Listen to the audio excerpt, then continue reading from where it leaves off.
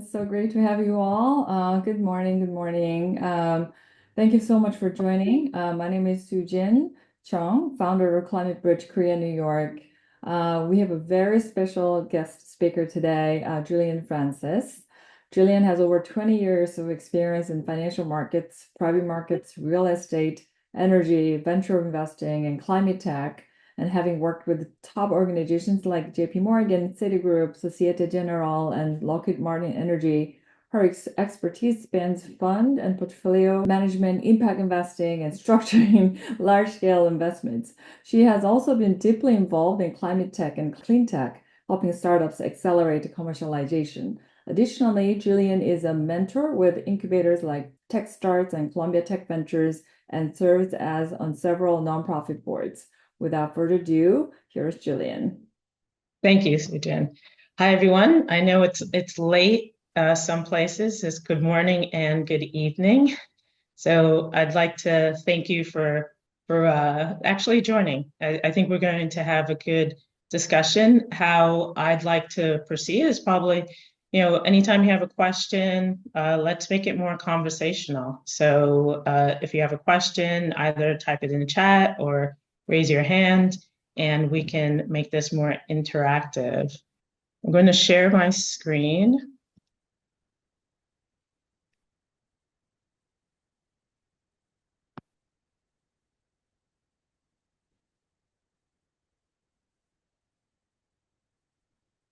Okay, I know Soo-Jin said a lot about me.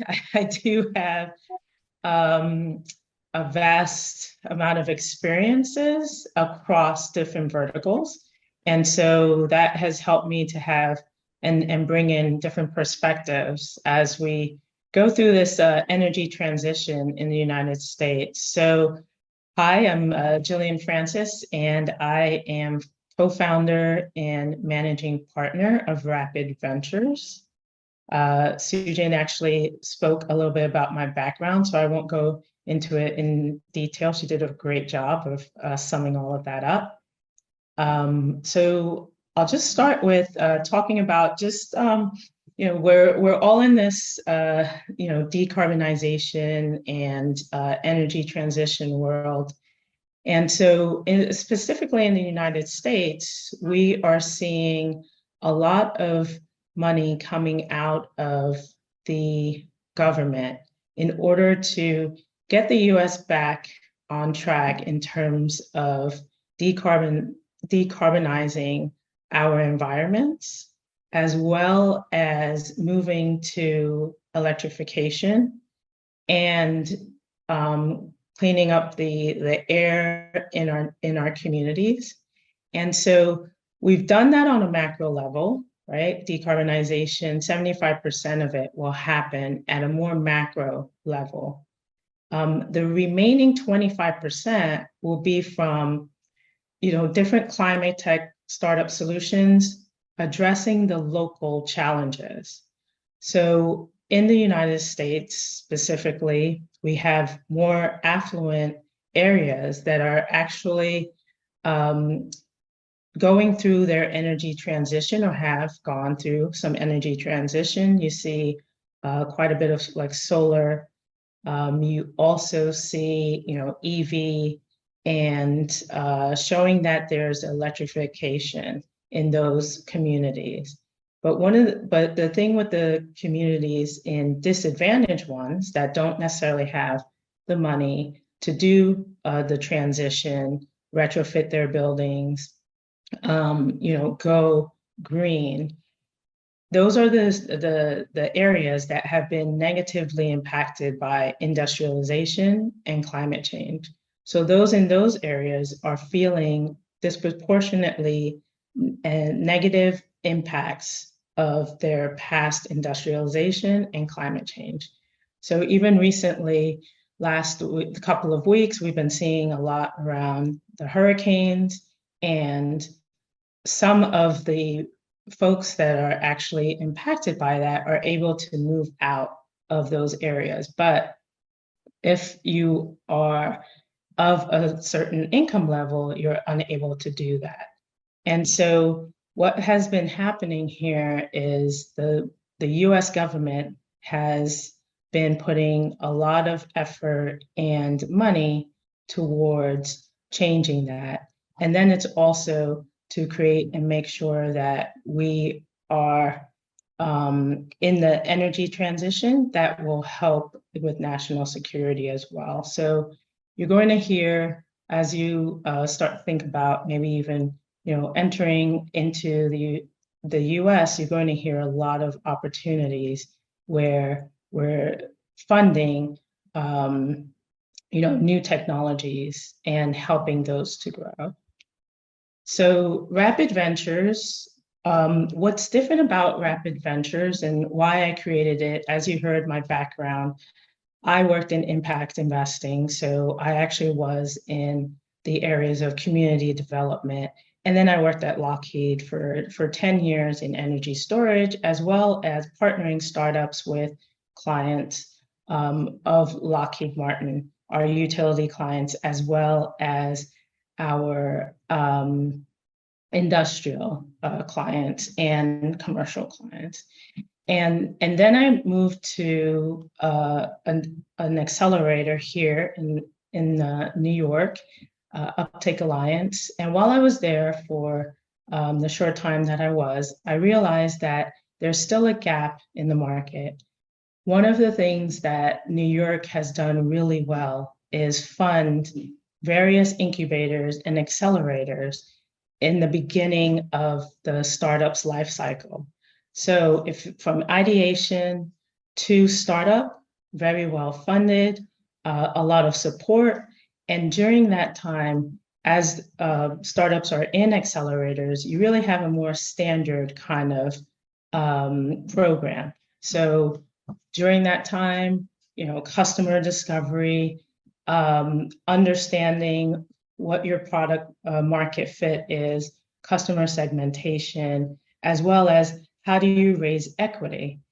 Now, as you come out of those programs, this is where Rapid Ventures takes over. And we work with startups that are coming out with a minimum viable product. And now they're thinking about, where do they go from there? What kind of support is needed? So in the past, there's always been for venture capital to fund technologies, there's always been opportunity for technologies because they were software based.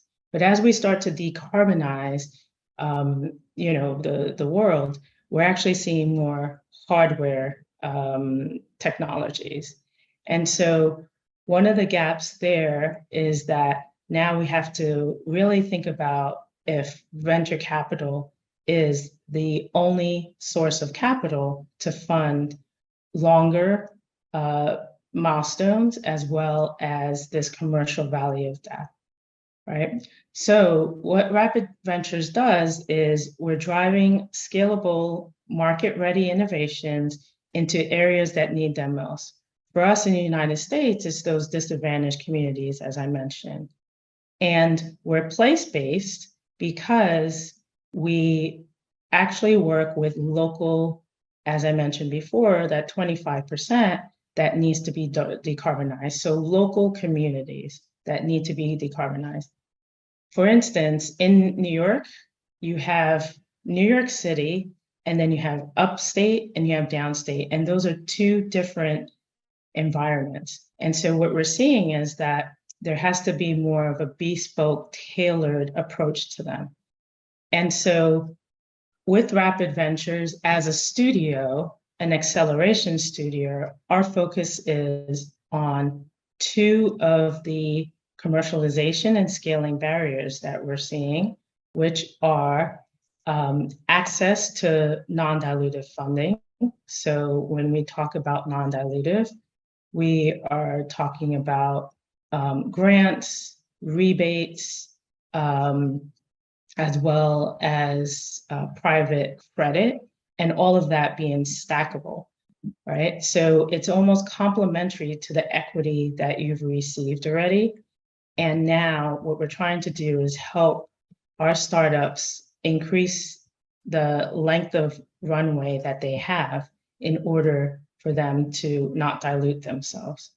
So how do we do this? We actually partner with the local market adopters to actually identify what are the climate challenges. And local market adopters include cities, municipalities, housing agencies, if you're energy efficiency, energy programs with utilities. We also partner with local corporations that want to adopt climate challenges.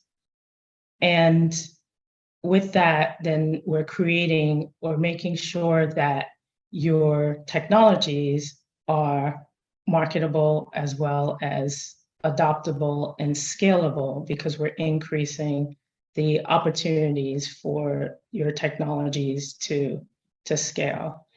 And we also provide more of a bespoke strategic, operational, and financial support that aligns with your needs. And then we deliver by actually, again, partnering you with the market adopters for the pilots as well as to close commercial agreements.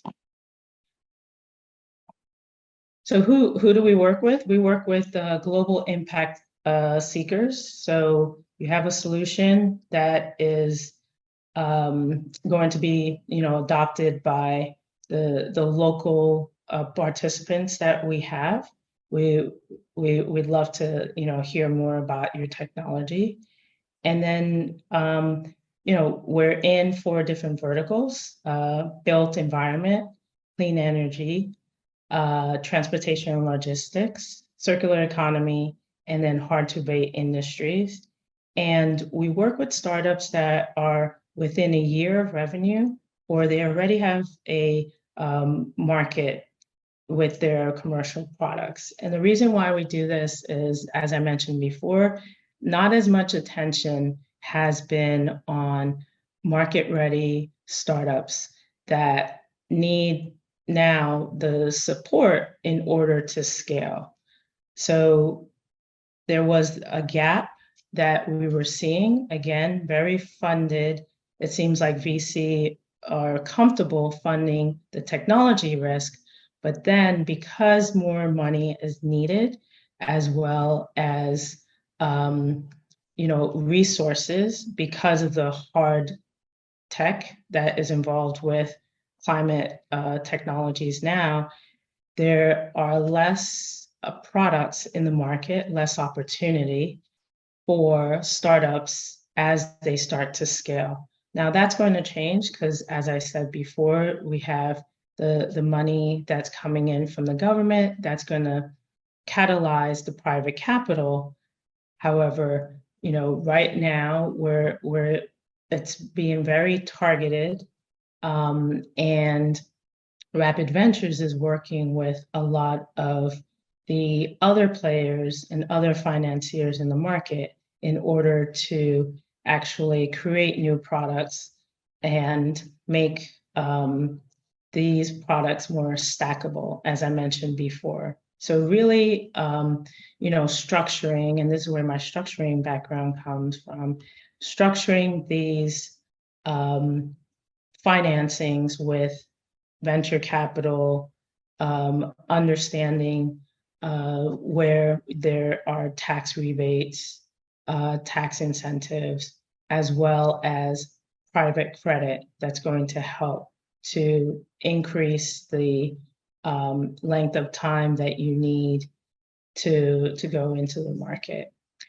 So why that's attractive to venture capital, having those opportunities to be financed with other financial instruments, is your equity that you raise should be going towards your technology, as well as towards hiring key personnel that's going to help you scale and grow. And then the other money around tax credits and non-dilutive funding needs to go towards anything else in terms of like working capital, your green manufacturing, in case that you need to manufacture your product. And a lot of the times in this kind of commercial valley of death, and I'll go into it a little bit more in the next slides, in that commercial valley of death, you're actually experiencing you know, a situation where you're going to dilute yourself if you continue to just go out and fundraise for the next round without building up your valuation in the market, as well as building up your team. And also what Rapid does is we focus on you know, profitability as well, because historically with software and some of, you know, the earlier technologies, a lot of startups went to IPO or the next round with not necessarily having profitability. And so that's another thing that Rapid emphasizes. We help you to get to profitability by, again, introducing you to market adopters and making sure that you're well positioned in the market. So I talked a little bit about, you know, the GGRF, the greenhouse gas reduction, and the investment that that the United States has made into the clean energy transition. And so it's called the Greenhouse Gas Reduction Fund. It's $27 billion. And it's going to address the climate crisis in urban areas, rural areas, again, those that are most impacted and left behind by the mainstream financing. So with that, what the government has done is mobilize public grants in order to bring in that private capital to address the climate crisis. So they've been allocated to certain allocators and entities that have backgrounds in community development, as well as in underserved communities. And that allocation now then will go to projects, infrastructure projects in the market. But one of the things that we've realized here at Rapid is that a lot of it is going to the infrastructure projects allocated for that. But now we are also emphasizing, how do we get that money to the technologies that need to be in these infrastructure projects? And so that is really where we come in with the bespoke attention to that area. So we don't help to finance necessarily infrastructure projects, but we help to finance the technologies that need to go towards the infrastructure projects. So commercial valley of death, I mentioned it before, but you know, just drilling down a little bit more on it, that is what they are starting to call between early stage funding and scaling up. So that kind of area where you've maybe raised a seed fund or even a Series A, where VCs are comfortable underwriting your technology and seeing, you know, saying, okay, we're going to take that risk because the outlay of money is usually relatively small compared to, you know, the potential in a technology. However, now when you actually have to either build a plant, you know, like a recycling plant or some sort of larger infrastructure project, that's when you start to have more limited venture capital that will cover that. And that's when you need that blended finance, that catalytic money coming in. And so what we do is we help, again, work with the non-dilutive funding providers, so grants, tax credits, rebates, private credit. So we're working with community development banks, federal and state programs, philanthropic organizations to, again, stack that non-dilutive funding. So then it becomes complementary to the venture capital that you've received. And so it builds out your capital strategy. And then we also instill a financial discipline into the startups. So as you start to grow into a more mature company, you need to understand, where you can access debt versus using your equity to run your company. And then the other piece that's important is, as I mentioned before, is the market adopters. So again, as previous technologies, which were more software based, were being developed, that could have been funded by equity, and you get to different series of funding, or you get to IPO, and some of those weren't even profitable. When you talk about, like, now they could be the Ubers and the Googles of the world. They didn't necessarily have to be profitable to IPO or get a big valuation, unicorn, things like that. But when you're talking about deep tech or hard tech, which is really what is needed now for the decarbonization of the world, you have to show profitability, right, in order to continue. You're staying in this commercial valley of death a little bit longer, and so there isn't a bailout of new investors coming in before you're profitable. So that's why we really focus here on market adopters. So finding that those off-takers or market adopters, so you can increase your sales, you can pilot and actually get your product out there, get some market share, brand equity. All of that is a focus as we work with startups in this space.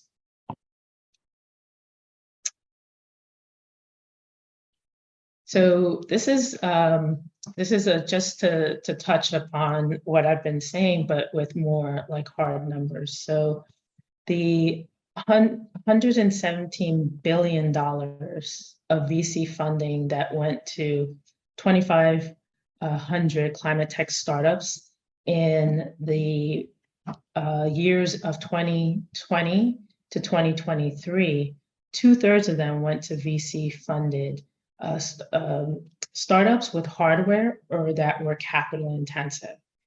And so as you start to see, yes, the VCs are investing, but their money can only go so far. Again, you need that kind of blended capital stack of non-dilutive funding that's going to help to move you through this commercial valley of death. And so what we're seeing is, again, there's a need for accessing credit for these startups that are hardware enabled, but it's very fragmented, and it's an untapped market that's not really well coordinated. And so that's where Rapid, along with some partnerships that we have, we can help to coordinate and navigate those fragmented mechanisms. So again, just kind of looking at private credit. So when previously, when non-dilutive funding was, when people talked about non-dilutive funding, you think more about grants, and that is because, as you see, grants take up a big part of like TRL.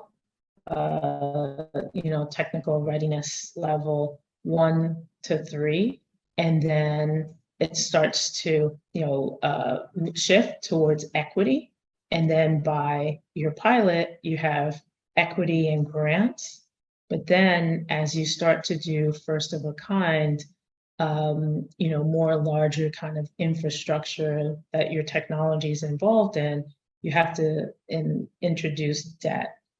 And so you start to see the different percentages change. And then by the time that you are basically operating TRL9, you're scaling, debt debt actually takes a larger part of your capital stack. And so where we're seeing there is a need is kind of in that transition where you have to understand how to be more financially viable and not liquidate yourself as well, and not dilute yourself as well. And so that's that financial discipline that's needed. And as I mentioned before, this is an area that is kind of new to a lot of players in the market. Financing startups is not the same as financing, brick and mortar. There are no assets a lot of the time when you're in that kind of TRL 8 or 6 through 8. There's not consistent revenue in order for them to actually underwrite. And so we have been working with various more progressive lenders to start to introduce different ways of underwriting. And so, sorry, is that a question? No? Okay. So some of the things that are being considered are bringing in different private credit products into the market. So instead of just a regular loan that needs to have, consistent monthly payments, we're starting to see these new non-dilutive products come to market. So revenue-based financing, you might start to hear a lot more about that. Some of the VCs are also considering, but a lot of the debt providers are considering revenue-based financing. We're starting to see, again, a lot of them come with that. And that allows you to, because some of your payments might be not as consistent. Some of the payments that you're getting from your customers are not going to be as consistent. They're able to, depending on when your revenues come in, charge based on, monthly repayments are usually based on, maybe quarterly, or can be shorter repayment periods overall. And then you also have contract financing. And so, commercial agreements, they actually underwrite invoices, accounts receivable. And then there's also now bridge financing for grants and incentives. So we're starting to see the debt market or the credit market be a little bit more flexible. And a lot of that has to do with some of the catalytic philanthropic money that's coming to the underserved markets in order to create these new products. And so overall, what has been good and why it's good to enter the market, if you're thinking about it now in the United States, is because of the money that's coming to underserved communities. You're able to test your products out there and have market adopters create a market in underserved communities with some of this, subsidized funding and opportunities. And then that can also help you to grow the other side of your market in the more higher income level markets and get your products out there as well. But actually starting in the disadvantaged communities because there is a market there is what we're seeing a lot of the startups that are coming from, internationally are doing. And so that's where we can definitely help, along with a lot of partnerships to get the sales and your technologies to these underserved communities, because that can also create economic development for those communities. It will decarbonize them, cleaner air, and help with social as well as health impacts. So I'm going to stop there. And if there are any questions, or if you'd like me to drill down a little bit more, I'm open to it.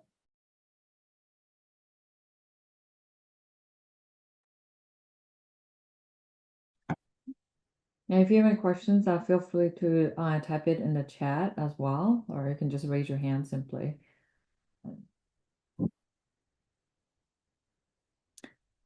I mean, this is an amazing the case that you support. Oh, there's a good question. Please give a few examples of how uptake has supported companies. Rapid? Mm-hmm. Yeah. So Rapid, currently we are working with 6 to 8 startups, I believe, and we're signing on a few more. One startup that we've been working with probably for the longest is Energy Guard. And so Energy Guard is a energy efficiency technology. It actually came out of Ireland, previously known as Hub Controls. And so when they wanted to enter the market, they were B2C, and we, my co-founder and I, repositioned them as B2B. So B2C, they were actually working with what we call more of the residential luxury market, right? So they were in competition with Nest and a couple of others that were more around, using your app to turn on your air conditioner, or using your app to turn on your heat. And we repositioned them for the disadvantaged communities, and we scaled down their product because there's a need for inefficient buildings to have an energy reduction technology. And so we have them piloting and working with housing authorities, as well as affordable and workforce housing developers. So we've connected them to that.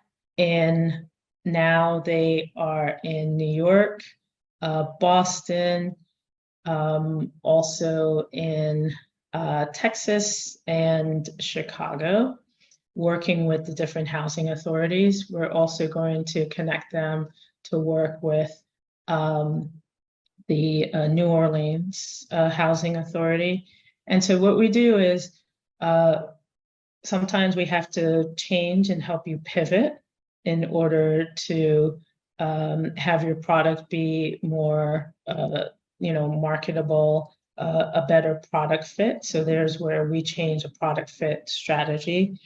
And then my co-founder, Christina Domek, actually went in as interim and is interim CEO there. And so there's opportunity where we're offering that kind of services as well, where we'll come in as a fractional CFO or fractional CEO or help with growth strategy. And so for Energy Guard, we were able to help them pivot to a marketplace that was better for them and less competition, actually. And so they're able to achieve more market share. We're actually working with a number of startups to help them access, again, that kind of blended non-dilutive and dilutive capital. And they run the gamut. A lot of them currently are in advanced buildings or the built environment. So we're working with a startup that actually Carbon Clear that is an auditing. So for smaller buildings, they do and they automate the audit process. And so we're connecting them with a lot of the housing programs that are happening that have that technical assistance part. So they need, and some of these programs pay for technologies that will help to bring infrastructure projects on board. And so auditing is the initial audit is needed. So we've connected and continue to connect them with the market adopters. There's another technology, Alumna Power, that we're working with. They are a battery and that is from aluminum and scrap metals. And so they we're working with them to connect them to film industry because their technology can replace diesel generators. And then we're also looking to connect them with some of the local like micro hubs that we have here in New York that are being actually developed for that last mile for EV bike charging, and then also for the last mile delivery trucks. So we work with startups in different ways. Some want capital, some want advisory, growth advisory, and the growth advisory means just more facilitation and access to market adopters. Well, thank you so much. So there's another question of what TRL are you looking at? Yes. So we do TRL 6 through 8. That's our main focus. However, we have gone to TRL 5.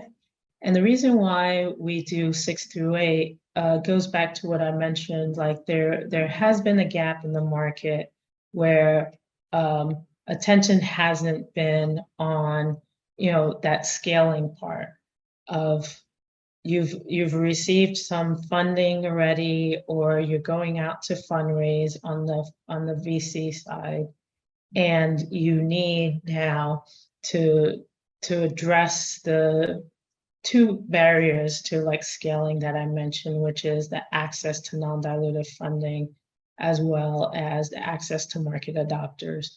So we really need technologies that are ready to be deployed. And so usually it's revenue generating or already have like their commercial product in the market or a year away from commercial readiness.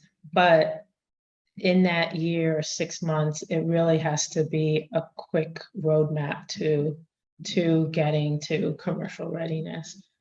And again, the reason is because we're presenting these technologies as being able to decarbonize right away. So that's why they have to be at that 6 to 8. Okay, thank you, Gillian. There's another question from Charles. How many decarbonization startup companies work directly with improvised communities in New York City, specifically Harlem, South Bronx, Bed-Stuy, Crown Heights, and Flatbush, Brooklyn. Flatbush, Brooklyn. How many of ours work Yeah. with? Yeah. So we have, I would say all of them are working in those areas in different capacities, right? So the Energy Guard, they're working mostly they're working downstate, but we're also helping. Another thing that maybe I didn't mention is we're outside of just New York City, we are also working with upstate a lot. We've partnered with Launch New York. Launch New York is a small VC fund. They're on Fund 2, and they have an economic development angle as well. So we partner with social impact funds that want to create economic development. So a lot of the technologies we bring to these underserved communities, they really are for the underserved communities to get economic development from that, as well as like create jobs. So that's also a reason why we focus on the hardware. Not to say that we don't work with software, but we also focus on hardware in order to bring that kind of economic development, job creation, inclusive workforce development to those communities. Because with this energy transition, it also should be bringing about some economic opportunities for disadvantaged communities. We don't want them to be left behind. Okay. Well, thank you so much. I have a question. All those Yeah. startups that you're working with, I'm not sure if 100% of their business are dedicated to underserved areas. So I'm sure they do business in other areas as well. So to be able to qualify for the non-dilute funding that you mentioned, is there any qualification or requirements for the startups to be entitled to that facilities? No. The one thing that we're looking at is the disadvantaged communities, why we're saying, and there's a focus on it. I mean, for Rapid, for me, it's important. I think those communities need to be decarbonized. They need access to the best technologies and opportunities. From a startup or a business standpoint, I think it's good to kind of like look at those areas as just another market that has been underserved, undercapitalized, untapped. And then with the opportunity that the government is offering is helping to really put them on an equal footing with other areas, right? And so to your answer to your question of, do they have to qualify for certain things? In certain instances, sometimes if you're doing like say a large infrastructure project, there are some provisions around the technology that you're using, and it has to be like if it's technology like solar or an offshoot of solar, those are accepted. But if it's something that is really, deep technology, nascent, some of those might not be. But we haven't seen a situation where the technology has been rejected or has been, a situation where they're not going to have the non-dilutive, option. We haven't seen that yet because most of those technologies have been, in the market, right? If you're talking about solar or EV or, energy storage, recycling, all of those are already technologies, like the basis of those technologies are there. Maybe the startups are now making, more of a, tailored way or different way of looking at it. But when you're talking about like solar's been around for a long time. So those like have been, those generally get approved. If I may ask another question, I'm just Yeah. wondering about like those general, I don't think we can say it's general, but the terms for the non-dilutive funding, if you can give us a few examples, so we can compare the two. Yeah, sure. Yeah. Yeah. So like for grants, sometimes most grants are not there. Some might be recoverable, some might not be. So it depends on, and I know I hate to give this answer, but it all depends on the provider of the non-dilutive funding. So for instance, the Lacey Fund, who we work with, they're out in Los Angeles. They are offering like working capital, as well as first customer financing to startups that are working in underserved communities. And their debt is usually like at 9%. And so that is kind of more market rate than some of the others that are charging like, 18 and 23%. Because again, what's being created is, the ones that are charging the 17 and 23% usually are doing it based on the fact that there's no de-risking for them. They're just giving that rate the same way to everyone. With the Lacey Fund and with others that are coming to market, and Rapid is thinking probably next year we're also going to raise a credit fund, because that will kind of round out, being under the same umbrella. The Lacey Fund, what they're doing is they're almost underwriting based on character reference, right? So anyone that is that they're going to lend to has to belong to the ecosystem of, climate tech startups. So they have to come recommended from a partner.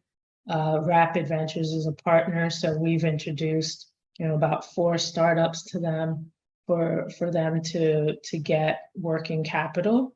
So as underwriters start to get more familiar, or they have a partner like a Rapid that understands the startup, understands the technology, is helping for them, the startup, to enter into new markets, connect with market adopters.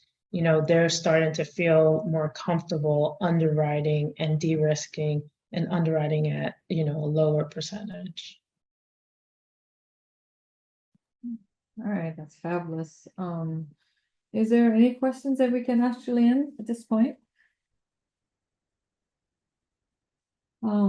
If not, we can wrap it up from here. But the reason that we are running this community is to give access to everyone, directly to the people in the US in this industry. So if you have any questions, if you want to speak to anyone, just we're happy to share. We're a good sharing community. So please give us a call or give us an email. We'll be happy to speak to you. Okay, well, thank you so much, Julian, for this morning. And is a presentation available if anybody? Yeah, yes. And definitely, give me a call or email me. I mean, and we can chat more specifics. Okay. Yeah, because this was very general, and again, because it's the bespoke kind of individualized, tailored approach that we have, we usually need to understand, what the startup's technology is, how we can facilitate, partnerships, Mhm. market adopters where they're needed, because we have, a community of these market adopters, cities, municipalities, corporates, real estate owners. We understand their challenges. So the way we're looking at it is more as a market adopter led, Mhm. right? So it's more about what are the challenges out there, and then actually partnering the startups with those challenges. Mhm. So it's kind of like, a market adopter led, instead of, hey, I have this great technology and let's see if it works in the market. Yeah, that's amazing. Okay, great. All right, thank you so much, everyone, and have a wonderful day and night, and we will see you at the next episode.